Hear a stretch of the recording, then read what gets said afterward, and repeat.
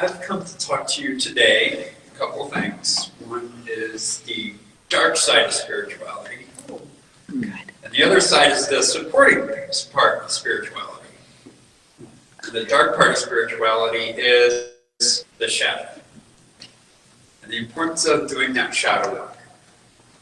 If we don't do our shadow work, we can get to a point where the shadow controls us and runs our life, and we take actions based on that shadow. When we do our shadow work, we're able to confront the angers, the fears, the griefs, and the guilts and the shame, and all that stuff that is uncomfortable, that we hide from ourselves and other people. And we're able to face that and confront it. We can bond with it as well as release the burdens of it.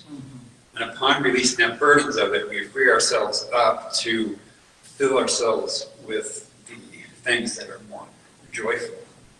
And as we take on that road to living a more happy and joyful life, it's important to know that it's not about casting away or hiding those heavy heart energies, but to embrace that part of ourselves. Because loving ourselves isn't just about loving all that's good and great and all the tingly warm stuff. We all have a darker side. And when we're able to embrace that darker side to ourselves, we are able to become more whole, more complete. And it's not a green light to, I'm going to let it run rampant. It's a green light to say, I'm going to confront you and embrace you, and we're going to get through all this stuff together as one. And if you're ever doing shadow work and sitting down doing shadow work, I'm in the middle of doing some shadow work right now. And in my process of doing shadow work, I found that there's days where it's just super emotional, and I'm glad to be at home because I don't want to be in public and get all super emotional. And kudos to whoever who can come out in public and be all emotional. Kudos to you, because there's a strength that I lack. But I want to say that when you are doing it, there are times of gratitude. And in the middle of this, I had a therapy session with a rock.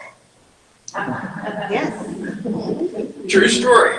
I have a lapis lazuli that was given to me years ago. And my temple, I was talking to my temple teacher about it. She's like, I believe there's a message this stone has for you. I'm like, oh, okay. So I went to do a journey. And I was told to listen with your heart. How many times do we just listen to our ears? But when we open up to listen with our heart, we can hear spirits. And the stone talked to me and told me that in order to fully receive the message and the medicine, I needed to learn how to appreciate myself. Like, how many times do we appreciate someone else? And how many times does somebody else appreciate you? How often do you sit and appreciate yourself for who you are? And when I was confronted with this, I said, how do you, appreciate? I'm like, I don't know how to appreciate myself, And it's like, well, what I want you to do is when you're done, I want you to write at least one page about self-appreciation and then read it back to me.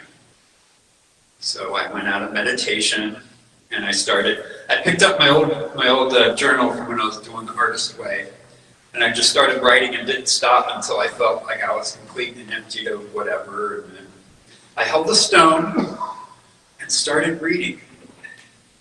And I was reading. By the time I got finished, I felt this love and joy that was just so amazing.